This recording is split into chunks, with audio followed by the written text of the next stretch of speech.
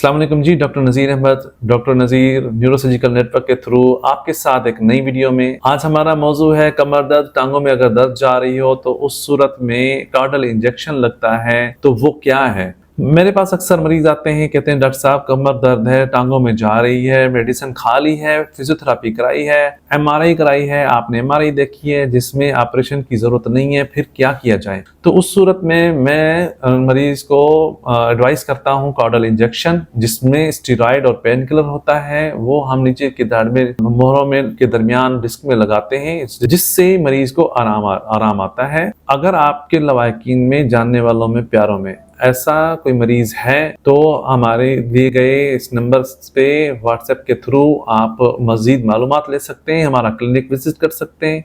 और मज़ीद वीडियोस के लिए हमारे चैनल को लाइक, सब्सक्राइब और शेयर करें, और कमेंट सेक्शन में आके हमें मज़ीद बेहतरी वीडियोस को बेहतर करने के लिए कमेंट्स दे सकते हैं। शुक्रिया।